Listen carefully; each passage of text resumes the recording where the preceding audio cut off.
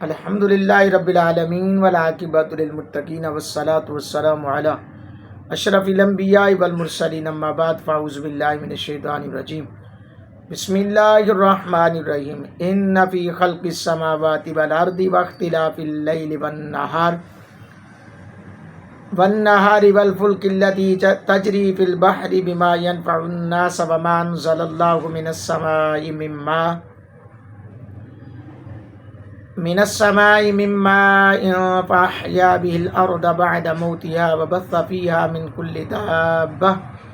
وتصريف الرياح والسحاب المسخر بين السماء والأرض لآيات لقوم يعقلون ومن الناس من يتخذ من دون الله أندادا يحبونهم كحب الله والذين آمنوا أشد حبا لله وَلَوْ يَرَى الَّذِينَ ظَلَمُوا إِذْ يَرَوْنَ الْعَذَابَ أَنَّ الْقُوَّةَ لِلَّهِ جَمِيعًا وَأَنَّ اللَّهَ شَدِيدُ الْعَذَابِ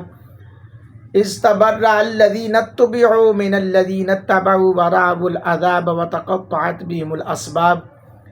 وَقَالَ الَّذِينَ اتَّبَعُوا لَوْ أَنَّ لَنَا كَرَّةً فَنَتَبَرَّأَ مِنْهُمْ كَمَا تَبَرَّأُوا مِنَّا كَذَلِكَ يُرِيهِمُ اللَّهُ أَعْمَالَهُمْ حَسَرَاتٍ عَلَيْهِمْ وما هم بخارجین من النار صدق اللہ و مولانا العظیم۔ گرامی قدر،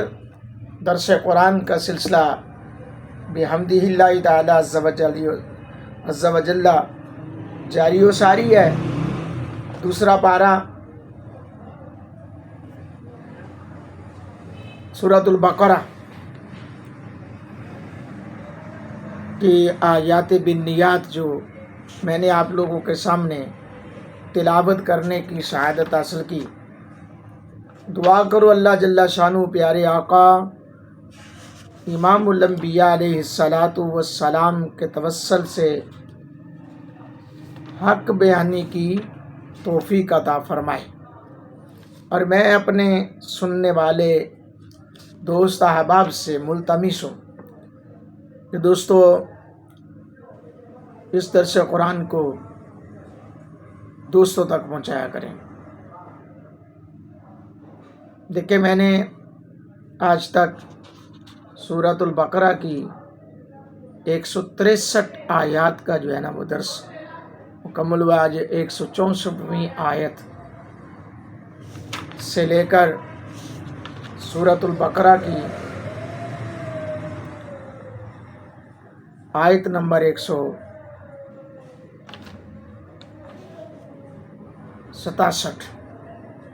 تک تلاوت کی ہے۔ تو اتنی آیات بنیات الحمدللہ ان کا ترجمہ و تفسیر اپنے علم کے مطابق بیان کرنے کی سعادت حاصل کی۔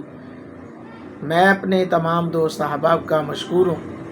مزید میں دوستوں سے ملتمس ہوں کہ یہ پورا درس قرآن سنا کریں اور دوستوں تک پہنچایا کریں۔ اللہ فرمائے ان فی خلق السماوات والارض واختلاف اللیل والنہار والفلک التي تجری فی البحر بما ينفع الناس وما انزل اللہ من السماء من ماء فاحیا به الارض بعد موتها وبث فيها من كل دابة وتصریف الرياح والسحاب المسخر بین السماء والارض لآیات لقوم یعقلون۔ اللہ تعالیٰ نے اس آیت مقدسہ میں اپنی قدرت کا تذکرہ فرمایا بے شک آسمانوں اور زمین کے پیدا کرنے میں اور رات اور دن کی گردش میں اور جہازوں میں جو چلتے ہیں سمندر میں وہ چیزیں اٹھائے جو نفع پہنچاتی ہیں لوگوں کو، اور جو اتارا اللہ تعالیٰ نے بادلوں سے پانی پھر زندہ کیا اس کے ساتھ زمین کو اس کے مردہ ہونے کے بعد، اور پھیلا دیے اس میں ہر قسم کے جانور، اور ہواؤں کے بدلتے رہنے میں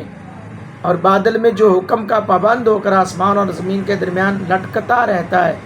ان سب میں ہیں ان لوگوں کے لیے نشانیاں جو عقل رکھتے ہیں۔ اب بات عقل والوں کے ساتھ ہے کہ دیکھو بھئی اللہ کی قدرتیں ہیں، ان کی طرف غور کرو۔ زمین ہے، آسمان ہے، پھر یہ جو کشتیاں ہیں پانی پہ چل رہی ہیں، یہ جو جہاز ہیں، یہ چل رہے ہیں یہ صرف اللہ کے حکم سے چل رہے ہیں، یہ رب کائنات کا حکم ہے، اس کے ساتھ چل رہے ہیں، ورنہ ان میں کوئی اتنی طاقت اور سکت نہیں کہ اپنی یہ منمانی کر سکیں۔ حضرت ابن عباس رضی اللہ تعالیٰ عنہ سے حضرت ابن ابی حاتم نے متصل جید سند کے ساتھ یہ روایت نقل کی ہے کہ قریش نے حضور نبی پاک صلی اللہ علیہ وسلم کی بارگاہ میں عرض کی کہ آپ صلی اللہ علیہ وسلم اللہ تعالیٰ سے دعا کیجئے کہ وہ صفا مروہ یعنی وہ صفا پہاڑی کو ہمارے لیے سونا بنا دے، کوہ صفا کو ہمارے لیے سونا بنا دے، تاکہ اس کے سبب ہم اپنے دشمنوں پر قوت حاصل کر سکیں۔ اور تو اس وقت اللہ تعالیٰ نے نبی مکرم صلی اللہ علیہ وسلم کی ذات پر وحی نازل فرمائی کہ میں انہیں عطا تو کر دوں گا، یعنی ان کے لیے اسے سونا بنا دوں گا، میرے لیے مشکل نہیں ہے۔ اللہ، انہوں نے ڈیمانڈ کی تو حضور کی طرف یہ وحی نازل ہوئی کہ ان کے لیے یہ سب کچھ میں کر دوں گا، لیکن میرے لیے مشکل نہیں ہے۔ آگے بات کیا ہے، لیکن اگر انہوں نے اس کے بعد کفر کیا تو انہیں اتنا شدید عذاب دوں گا جو عالمین میں سے کسی اور کو نہیں دیا ہوگا اور نہ ہی کسی کو دوں گا۔ آپ صلی اللہ علیہ وسلم نے عرض کیا، میرے پروردگار مجھے اور میری قوم کو چھوڑ دے، میں انہیں رات دن دعوت دیتا رہوں گا۔ اس وقت اللہ تعالیٰ نے یہ آیت نازل فرمائی کہ بھئی تم لوگ یہ پہاڑ کو سونا بنانا کہہ رہے ہو،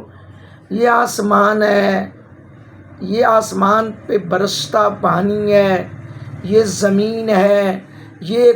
بنجر زمین ہوتی ہے، جب بارش ہوتی ہے اس پہ ہریالی آ جاتی ہے۔ فقط آپ باہر میدانوں میں جا کر دیکھ لو، میدانی علاقوں میں، کہ وہاں کوئی پانی دینے والا نہیں، دیکھ بھال کرنے والا نہیں، لیکن وہاں اتنے بڑے درخت ہوتے ہیں، تو وہ کس نے اگائے؟ اللہ نے۔ تو اس کی ذات پر ایمان لاؤ، اس کو مانو، اس کی ذات اقدس کو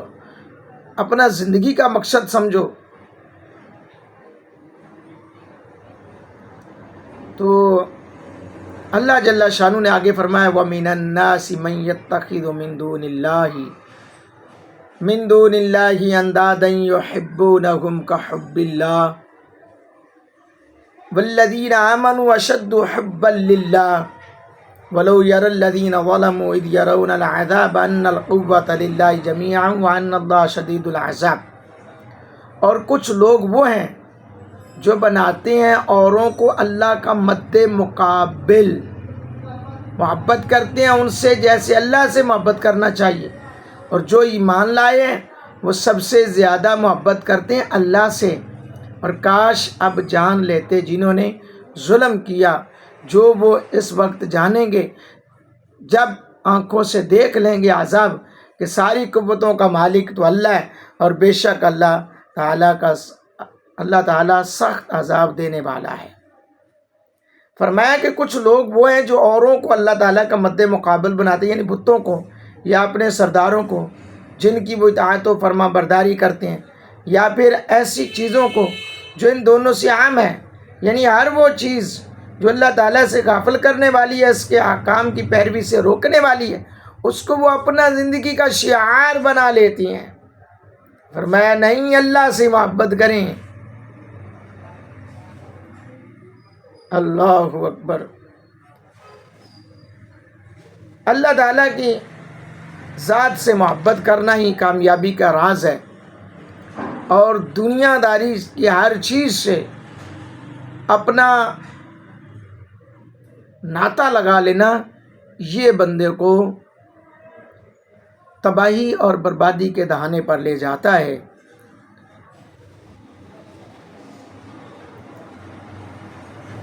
تو اللہ فرماتا ہے کہ انسان جو ہے کہ جو محبت کسی کے دل میں کسی کے لیے ہو سکتی ہے، اس سے زیادہ محبت اہل ایمان اللہ تعالیٰ سے کرتے ہیں، کیونکہ لوگوں کے درمیان محبت یا تو نفع حاصل کرنے کے لیے یا کسی سے نقصان سے بچنے کے لیے، کبھی حسن و جمال کے سبب، کبھی لذت کے حصول کے لیے یا پھر باپ یا بیٹا ہونے کے سبب، اپنی ذاتوں کی طرف ان کی نسبت ہونے کے سبب ہوتی ہے، اور یہ محبت تو در حقیقت اپنے نفسوں کے لیے ہوتی ہے، محبوبوں کے لیے نہیں ہوتی۔ یہی وجہ ہے آپ ان اسباب محبت کے زوال پذیر ہوتے ہی محبت کو ختم ہوتا دیکھتے ہیں، یعنی جن کے ساتھ کوئی کسی وجہ سے، کسی لالچ کی بنا پر محبت، تو وہ جیسے ہی بندہ فرض کریں کسی کو حسن و جمال کی وجہ سے وہ بندہ مر گیا یا ایک علاقہ چھوڑ کے دوسرے علاقے چلا گیا، تو ایک وقت آتا ہے کہ وہ اس کی محبت جو ہے وہ ختم ہوتی جاتی ہے، اس کو زوال آ جاتا ہے۔ لیکن اللہ سے کی ہوئی محبت اس کو زوال نہیں آتا۔ اللہ کی ذات مگر صرف اللہ تعالیٰ کی رضا اور خوشنودگی کے لیے جو محبت ہوتی ہے، گویا ان کا کسی کی تعریف کرنا، کسی سے محبت کرنا سب اللہ تعالیٰ کی طرف ہی راجی، کیونکہ حقیقی محبت وہی ہے جو اللہ کی ذات سے کی جاتی ہے۔ اللہ اکبر۔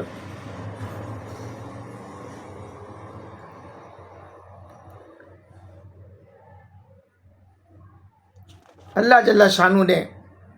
ارشاد فرمایا، استبرأ الذین اتبعوا من الذین اتبعوا ورأوا العذاب وتقطعت بهم الاسباب۔ خیال کرو جب بیزار ہو جائیں گے وہ جن کی تابعداری کی گئی ان سے جو تابعداری کرتے رہے، اور دیکھ لیں گے عذاب کو اور ٹوٹ جائیں گے ان کے تعلقات۔ یعنی جب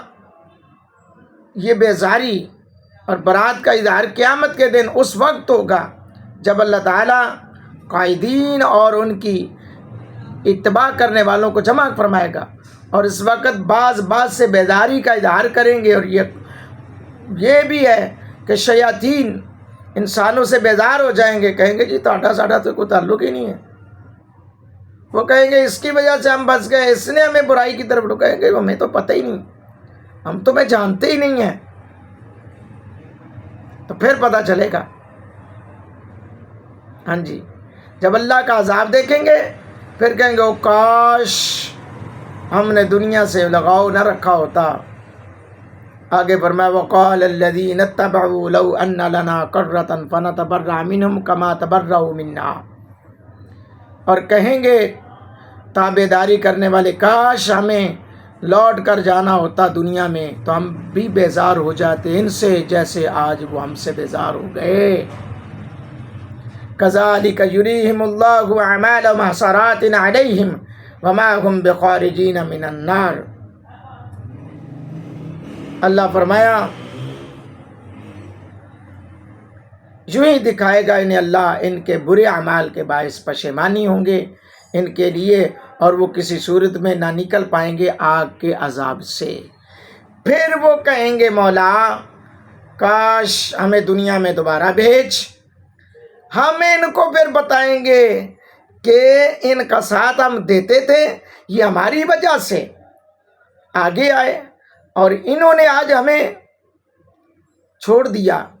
آج ہمیں یہ کہتے ہیں کہ ہم تو ان کا ساتھ ہی نہیں دیتے، ہم ان کو جانتے تک نہیں ہیں۔ تو اس لیے آج لے پناہ ان کی، آج لے پناہ ان کی، کیونکہ پھر نہ مانے گا اگر مان گیا۔ آج ان کی پناہ لے، اس لیے حضور سے محبت کرو، سرکار دو عالم صلی اللہ علیہ وسلم کی محبت کرنے والوں سے محبت کرو، حضور سے پیار کرنے والوں سے پیار کرو، ورنہ پچھتاوے کے بغیر علاوہ کچھ نہیں ہوگا۔ یہ قرآن کہہ رہا ہے، میں نہیں کہہ رہا، یہ میرے جملے نہیں، کسی مولوی محدث محقق کے جملے نہیں، کسی دنیا والے کے جملے نہیں، کسی الیکشن لڑنے والے، الیکشن کمپین کرنے والے کے جملے نہیں ہیں، اللہ کی ذات کے جملے ہیں کہ قیامت کے دن پھر جب وہ دیکھیں گے اپنے جن کے وہ پیروکار ہوں گے ان سے کہیں گے کہ ہم تو ان کے پیروکار تھے، وہ کہیں گے ہمیں تو ان کو جانتے تک نہیں ہیں، پہچانتے تک نہیں ہیں۔ آج ہی آپ دیکھ لیں ایک کمپین ہوتی ہے، اس دوران ایک چھوٹا سا بچہ بھی لوگ گندے بچوں کو بھی گلے سے لگا لیتے ہیں، بوڑھوں کو گلے سے لگاتے ہیں، نیچے زمین پر بیٹھتے ہیں، آ کر بڑی چاپلوسیاں کرتے ہیں، بڑی چاپلوسیاں کرتے ہیں۔ محلے میں کوئی کسی کا بچہ بھی فوت ہو جائے تو وہ چودھری صاحب پہنچے ہوتے ہیں، لیکن جیسے ہی وہ الیکشن جیت جاتا ہے، جیسے ہی اسے عہدہ مل جاتا ہے تو وہ پھر نیچے دیکھتے نہیں ہیں۔ گھر کے ساتھ، بیچارے کے گھر کے ساتھ کوئی مسئلہ ہوا ہو تو اس کے گھر نہیں جاتا۔ آج خودکشیاں ہو رہی ہیں، آج خودکشیاں ہو رہی ہیں، کوئی پوچھنے بتانے والے نہیں۔ میں ایک بات کرتا ہوں آن دا ریکارڈ، اے لوگوں، عمراء کی طرف، اے امیروں، جو الیکشن کمپین پہ جتنا پیسہ لگاتے ہو، آپ کی کمپین آپ کو الیکشن کے دنوں میں کرنے کی ضرورت نہ آئے گی۔ جو 2 4 6 سال 10 سال آپ کا ارادہ ہو کہ میں نے الیکشن لڑنا ہے، میں خدمت خلق، الیکشن لڑنے کا مقصد کیا ہوتا ہے کہ میں خدمت خلق کروں گا۔ اگر آپ خدمت خلق کرنے کا ارادہ رکھتے ہیں تو پھر پورا سال، پورے 2 4 6 سال جو آپ کے پاس اللہ نے آپ کو نعمتوں سے مالا مال کیا ہے، اپنے ارد گرد آپ کو پتہ ہوتا ہے کہ میرے محلے میں، میری بستی میں، میرے حلقے میں کتنے لوگ غریب ہیں، کتنے لوگ بے روزگار ہیں، کتنے لوگوں کے پاس کاروبار نہیں ہے، کتنے لوگوں کے گھر میں چولہا نہیں جلتا۔ آپ ان کے گھر جائیں، فری آف کاسٹ۔ آپ کی الیکشن کے دنوں میں کمپین کرنے کی ضرورت نہیں، فقط آپ خدمت خلق کرتے رہے تو پھر آپ اناؤنس کر دیں جی میں الیکشن لڑنا چاہتا ہوں، پھر دیکھیں آپ کو کسی کی ضرورت نہیں ہوگی، کسی کے پاس جانے کی ضرورت نہیں ہوگی۔ آج لوگ آزاد حیثیت سے لڑتے ہیں، آزاد حیثیت سے بھی اس لیے لڑتے ہیں جو کسی پارٹی سے لڑیں ان کو بھی پہلے لاکھوں روپیہ دینا پڑتا ہے پارٹی والوں کو ٹکٹ لینے کے لیے۔ پھر اگر آزاد حیثیت سے لڑتے ہیں تو پھر جس پارٹی کی طرف جانا چاہتے ہیں تو اس سے لاکھوں کروڑوں روپیہ بٹورتے ہیں۔ تو بھائی یہ کیا ہے؟ تو جو بندے کی نیت یہ ہوگی کہ میں جیت گیا، پھر انہوں نے ان دنوں میں الیکشن کمپین کے دنوں میں بریانیاں پک رہی ہیں، لوگ آ رہے ہیں، لنگر کھانے چل رہے ہیں۔ وہ بھائی ان مسٹنڈوں کو کھلانے کی بجائے ان کو کاروبار لے کر دیں، ان کے گھروں میں چولہے جلوائیں۔ رب بھی راضی، رب کا رسول بھی راضی۔ اللہ تعالیٰ میری اور آپ کی حاضری کو اپنی بارگاہ میں قبول فرمائے۔ آمین ثم آمین، وآخر دعوانا ان الحمد للہ رب العالمین۔